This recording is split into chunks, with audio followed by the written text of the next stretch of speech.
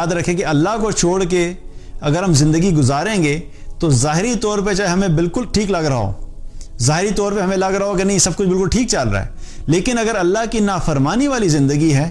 تو یقین رکھیے کہ کبھی بھی اس زندگی میں کبھی بھی اس میں سیٹسفیکشن نہیں ہو سکتی، اس میں اطمینان نہیں ہو سکتا، اس میں سکون نہیں ہو سکتا، اس میں جو ایک دل کے اندر ایک ہلکا پن ہوتا ہے وہ نہیں ہو سکتا، کیونکہ نافرمانی جب بھی ہوتی ہے وہ انسان کے دل میں مستقل کھٹکتی رہتی ہے۔ جو انسان چوری کر کر کے اپنے اکاؤنٹس بھرتا ہے، دیکھنے میں تو لگتا ہے کہ اس کے پاس فراری آ گئی ہے، لیکن آپ اس سے جا کے پوچھیں اس کی زندگی میں 24 گھنٹے میں کوئی سکون نہیں ہوگا۔ ہر وقت اس کے دل میں ایک کھٹکا لگا رہے گا کہ ابھی اگر کسی کا فون آ گیا تو اور کسی نے مجھ سے پوچھ لیا، کہیں پہ اکاؤنٹیبلٹی شروع ہوگی، کہیں پہ پولیس آ گئی تو یہ سب کیا ہوگا۔ وہ انسان مال تو لے لیتا ہے اللہ کی نافرمانی کر کے، لیکن اپنی زندگی کا سارا سکون برباد کر دیتا ہے۔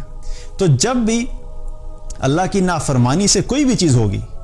تو ظاہری طور پہ وہ جتنی مرضی خوبصورت لگ رہی ہو، اس میں حقیقت میں کیا ہے، اس میں سکون نہیں ہوگا۔ تو یہاں پہ بھی کیا پتہ لگتا ہے کہ اللہ سبحانہ تعالیٰ کی طرف سے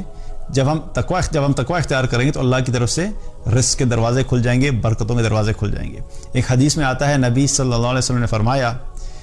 کہ انسان گناہوں کے ارتکاب کی وجہ سے اپنے رزق سے محروم ہو جاتا ہے۔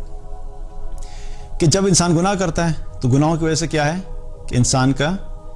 رزق کے اندر تنگی آنا شروع ہو جاتی ہے۔ تو کیا کرنا ہے کہ جو گناہوں کی جو نقصانات ہیں ان میں سے یہ بہت بڑا نقصان ہے کہ اس گناہ کی وجہ سے جب انسان گناہوں والی زندگی گزارتا ہے تو اس کی وجہ سے انسان کی زندگی میں سے رزق کم ہونا شروع ہو جاتا ہے، یا پھر اس رزق میں سے برکت ختم ہو جاتی ہے اور اس میں کوئی اطمینان اور سکون نہیں ہوتا۔ اللہ تعالیٰ سے دعا ہے کہ اللہ تعالیٰ ہم سب کو گناہوں سے محفوظ رکھے اور ہم سب کو